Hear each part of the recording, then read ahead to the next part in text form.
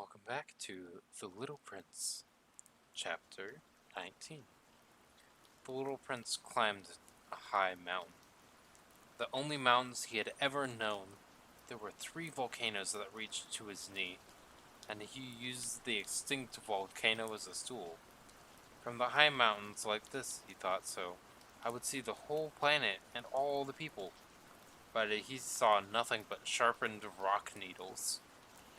"Good morning," he said, just in case. "Good morning, good morning, good morning," replied the echo. "Who are you?" said the little prince. "Who are you? Who are you?" replied the echo. "Be my friends, I am alone. I am alone, I am alone," replied the echo. What a funny planet, he thought to himself. It's entirely dry, entirely peaked, entirely salty, and the people have no imagination. They repeat what I listen. They repeat what they listen. In my planet, I had one flower. It was always the first to talk. Man. Chapter 20. But it happened that the little prince, having walked for a long time across sand, rocks, and snow, finally discovered a road. And all roads go to men. "Good morning," he said. It was a garden full of roses. "Good morning," the roses said. The little prince looked at them. They all looked like his flower. "Who are you?" he asked them, stunned. "We are roses," the little prince said. "Ah," said the little prince, and he felt very unhappy.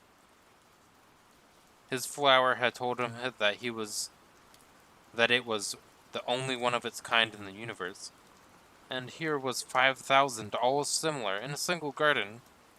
It would be very upset, he said, if it saw this. It would cough a lot and pretend to die to escape this ridicule, and I would be really obliged to pretend to care for her, because otherwise it would humiliate me too. It really would die. Then he thought to himself, I thought I was rich with a single flower, and I have only an ordinary rose. And it and my 3 volcanoes that reached to my knee, and one of which, perhaps, was extinct forever, did not really make me a great prince. And lying in the grass, he cried. Chapter 21. And then that and it was then that the fox appeared. "Good morning," said the fox. "Good morning," answered politely the little prince, who turned but saw nothing. "I am here," said the voice, "under the apple tree." "Who are you?" the little prince asked.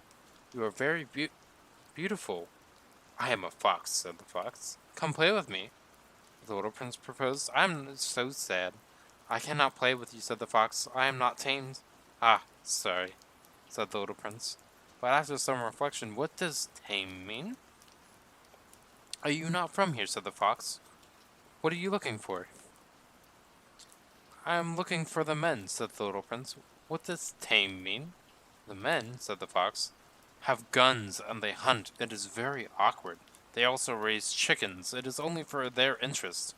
Are you looking for chickens?" "No," said the little petite prince. "I'm looking for friends." "What does tame mean?" "It means something really It is something really forgotten," said the fox. "It means create connections." "Create connections?" "Of course," said the fox. You are only a little boy for me, just like 1,000 other little boys, and I do not need you. And you do not need me either. I am only a fox, for just like 100,000 foxes. But if you tame me, we will need each other. You will be unique in the world for me, and I will be unique in the world for you." "I begin to understand," said the little prince. "We see all kinds..." Oops, words lost. Oopsies. Where did I go? We'll just go back a little bit. "Of course," said the fox. "You are only a little boy for me, and just like 100,000 little boys. I do not need you, and you do not need me either. I am only a fox, just like 100,000 foxes. But if you tame me, we will be unique to each other. You'll be unique in the world for me, and I will be unique in the world for you. I begin to understand, said the little prince. There is a flower. I think it has tamed me. It is possible, said the fox. On earth we see all kinds of things. Oh, it is not on earth, said the little prince. The fox seemed very intrigued. It's in another planet? Yes. Are there hunters on this planet? No. It's interesting. What about chickens? No. Nothing is perfect, sighed the fox. However, the fox returned to its thought. My life is monotonous. I hunt chickens, and men hunt me. All hens are similar, all men are similar, and so I'm a little bored. But if you tame me, my life will be as if enlightened by the sun. I will know the sound of a step that will be different from all others. The other steps will make me go underground, but yours will make me call out of the burrow like music. And then look, do you see over there the wheat field? I do not eat bread. Wheat for me is useless. Wheat fields remind me of nothing. And it is sad. But you have golden hair, and then it will be wonderful when you have tamed me. Wheat which is golden will remind you. I think will remind me of you. And I will like the sound of the wind in the wheat. The fox was silent and looked at a long time at the little prince. Please tame me, it said. I want to, replied the little prince, but I do not have a lot of time. I have friends to find and a lot of things to know. We only know the things we tame, said the fox. Men do not have more time to know anything. They buy things all made at merchants, but there's no point to merchants of friends. Men do not have friends anymore. If you want a friend, tame me. What should be done, said the little prince. We need to be very patient, said the first. First, you sit a little away from me, like that, on the ground, and I look at you out the corner of my eye, and you will say nothing. Language is the source of misunderstandings. However, every day we can sit a little closer and closer. The next day, the little prince came back. It would have been better if you came back at the same time, said the fox. For example, at 4 o'clock in the afternoon, or 3 o'clock, I will begin to be happy. At 3 o'clock, I will begin to be happy.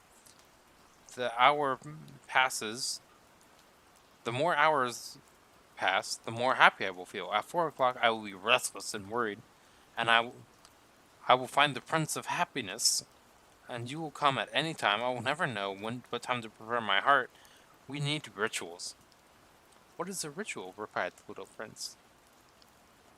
It means something really forgotten, said the fox. It is what makes one day different from the others, 1 hour from the others. It is right, for example. Just like our videos. This is why I schedule them. So there's a consistent thing to look forward to, something to help you through the week, something to get you there, a consistent schedule, a ritual. Anyways, so the little prince tamed the fox, and when the time of departure was close, said the fox, I will cry. It is not your fault, said the prince. I do not wish you any harm, but you wanted me to tame you. Of course, said the fox. But you're going to cry, said the little fox. Of course, said the fox. You do not get anything? I win, said the fox, because of the color of the wheat. And then it added, you will see roses again, and you will understand that your rose is unique in the world. You will come back to say goodbye to me, and I will give you a secret. The little prince went to see the roses again. You are not similar to my rose at all. You are nothing yet, he told them. Nobody has tamed you, and you have tamed nobody. You are like my fox was. It was only a fox, like 100,000 others, but it became my friend, and now it is unique in the world. And the roses were very embarrassed. You are beautiful, but you are also empty, he told them. Nobody can die for you. Of course, concerning my rose, an ordinary passerby would believe that it looks just like you. But only it is more important than all of you, because it is the one I watered, because it is the one I put under a case, because it is the one I sheltered with the screen, because it is the one whose caterpillars I have killed, except for the 2 or 3 becoming butterflies, because it is the one I listen to complain or boast or even shut up sometimes, because this is my rose. And then he returned to the fox. Goodbye, he said. Goodbye, said the fox. Here's my secret. It is very simple.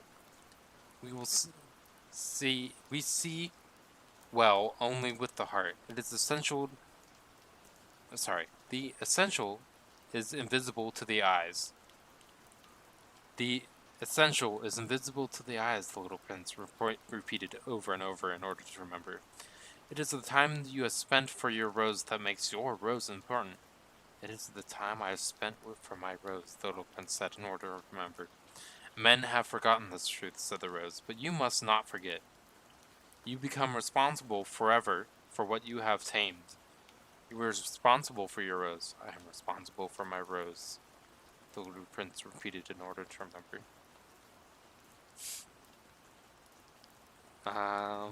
Let me do the math again, because math is hard.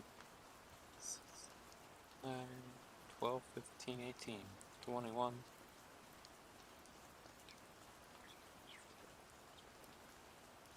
Alright. This is actually the end of this one here. That was actually a pretty nice one, to be honest. I enjoyed the aspect of being tamed and getting that basic kind of understanding to it. You know, wow, that was a much more lengthy and honestly quite substantial video, and I'm oh sorry, reading, and man, that was actually pretty eye-opening, pretty a good reminder of what's important in this world. You know, it's all about those friendships and relationships that you foster, whether it be with your stuffed animal or whether it be with your pet cat or lizard or tiger or flower, you know? By all means, there's just it's a kind of a sad world, to be honest. There's lots of people who just are like the businessmen in the trunks who forget and distract themselves and don't enjoy the world because they want to. They do it because they feel like it's required of them. This is why I spend a lot of my time, honestly, just kind of trying to reach out to people to try and foster and tame others. I don't know if that's, the right way to say it, but I'm hoping to try and grow with you guys, and I'll talk to you guys in the next episode. All right? I'll see you guys next week. Have a good night. Sleep well.